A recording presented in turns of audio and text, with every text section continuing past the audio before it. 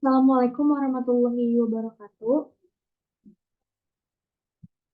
Perkenalkan, nama saya Rizky Dena Siva dengan nomor NIM 202300800319 dari kelas MN23G.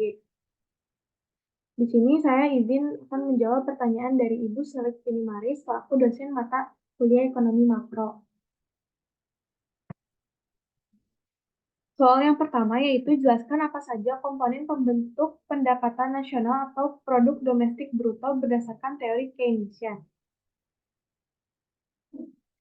Produk domestik bruto adalah ukuran total produk ekonomi dalam suatu negara pada suatu tahun yang mencakup semua kegiatan ekonomi, termasuk pertanian, industri, jasa, dan investasi. Teori Keynesian menganggap bahwa PDB dapat mempengaruhi kondisi ekonomi dan perilaku individu dan perusahaan dalam ekonomi. Komponen utama PDB berdasarkan teori Keynesian adalah konsumsi domestik. Konsumsi domestik adalah pemakaian barang dan jasa oleh masyarakat dalam suatu negara. Teori Keynesian menunjukkan bahwa konsumsi domestik adalah komponen penting dalam mempengaruhi PDB. Jika konsumen merasa optimistis tentang kondisi ekonomi, mereka akan lebih senang untuk membeli barang dan jasa yang akhirnya meningkatkan PDB. Contoh singkat kasusnya, artikel di The Balance pada tahun 2021 menunjukkan bahwa konsumsi domestik merupakan komponen penting dalam PDB berdasarkan teori Keynesian. Jika konsumen merasa optimistis, mereka akan membeli lebih banyak barang dan jasa yang akan meningkatkan PDB. Kemudian ada investasi. Investasi adalah pembuatan investasi atau modal oleh individu atau perusahaan dalam kegiatan ekonomi. Teori Keynesian mengatakan bahwa investasi dapat mempengaruhi PDB karena perusahaan akan memproduksi lebih banyak barang dan jasa jika mereka memiliki modal untuk melakukannya. Contoh singkat kasus yaitu artikel di Investopedia pada tahun 2021 menunjukkan bahwa investasi adalah komponen penting dalam PDB berdasarkan teori Keynesian. Kemudian di sini ada artikel jawaban dari nomor 1. Soal yang kedua yaitu jelaskan bagaimana perbedaan grafik siklus bisnis dan grafik pertumbuhan ekonomi. Grafik siklus bisnis dan grafik pertumbuhan ekonomi adalah dua jenis grafik yang berbeda dalam membahas dan menggambarkan perilaku ekonomi dan bisnis. Berikut adalah perbedaannya. Yang pertama yaitu grafik siklus bisnis. Grafik siklus bisnis merupakan grafik yang digunakan untuk menggambarkan pergerakan dan perilaku dalam proses bisnis, dari mulai ide hingga penutupan bisnis. Siklus bisnis terdiri dari beberapa tahap yaitu ideasi, pengembangan konsep, pengembangan prototipe, pengujian prototipe, pengelolaan produk, dan penutupan bisnis. Tiap tahap ini dapat ditunjukkan pada grafik dengan memanfaatkan sumbu X untuk menunjukkan tahap siklus dan sumbu Y untuk menunjukkan intensitas atau kemungkinan sukses. Contoh singkat kasusnya, artikel di Small Business Journal pada tahun 2021 menggambarkan bahwa grafik siklus bisnis dapat membantu pengembang untuk memahami dan memonitor proses pengembangan produk mereka.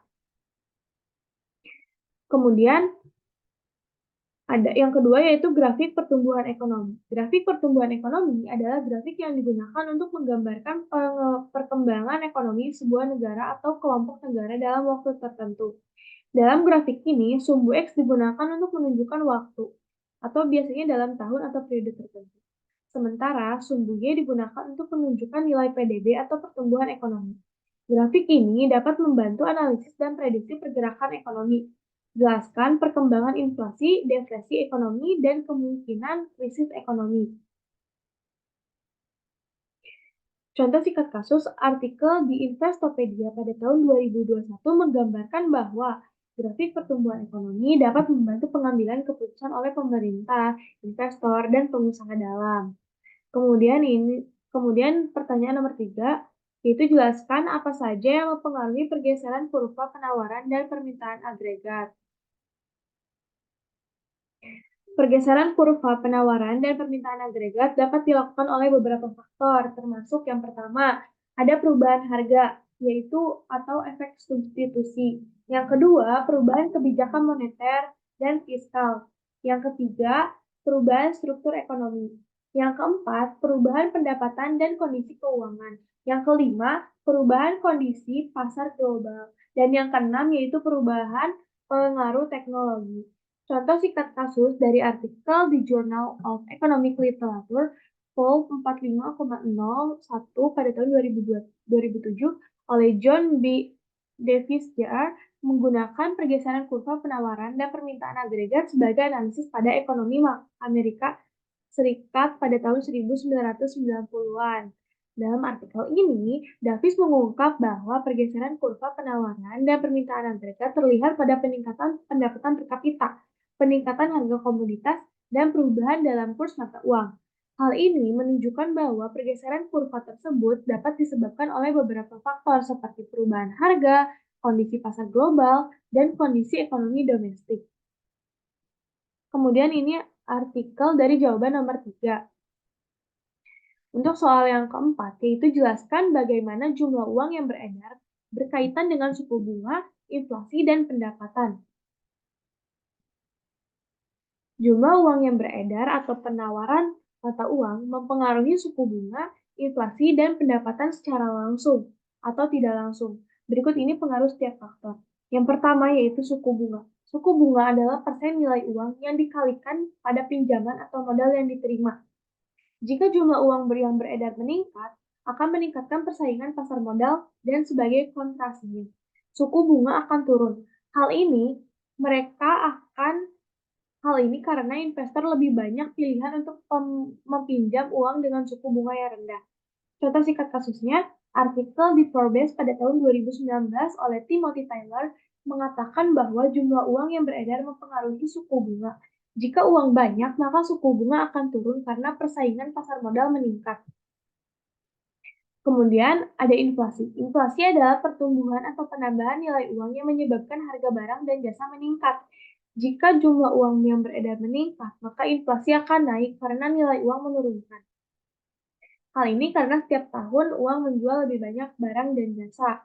Contoh singkat kasusnya, artikel di Investopedia pada tahun 2021 menjelaskan bahwa jumlah uang yang beredar memiliki hubungan langsung dengan inflasi. Jika uang beredar lebih banyak, maka inflasi akan naik. Kemudian ada pendapatan. Jumlah uang yang beredar juga mempengaruhi pendapatan karena sebagai bagian dari persaingan pasar buruh. Jika jumlah uang yang beredar meningkat, maka pendapatan yang didapatkan oleh buruh akan naik karena persaingan pasar buruh meningkat.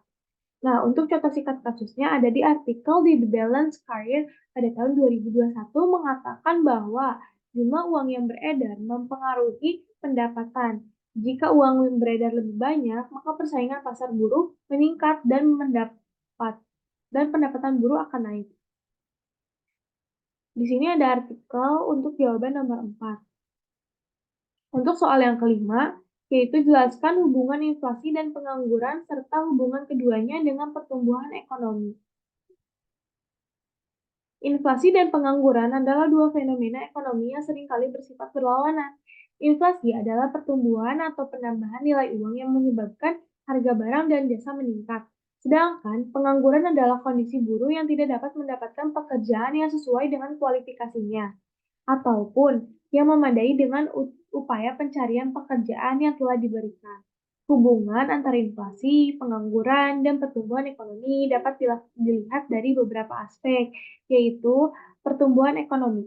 Pertumbuhan ekonomi adalah kesan positif atau produktivitas dan kemampuan ekonomi dalam meningkatkan output, pendapatan, dan pekerjaan. Jika pertumbuhan ekonomi gembira, maka inflasi dapat naik karena produktivitas meningkat dan permintaan barang dan jasa semakin tinggi. Namun, pengangguran dapat menurun karena lebih banyak pekerjaan tersedia. Kemudian ada contoh singkat kasusnya, artikel di The Conversation pada tahun 2019 oleh Daniel Ziblatt dan Martin Tausch menunjukkan bahwa inflasi dan pengangguran memiliki hubungan berlawanan. Jika pertumbuhan ekonomi gembira, inflasi naik dan pengangguran turun.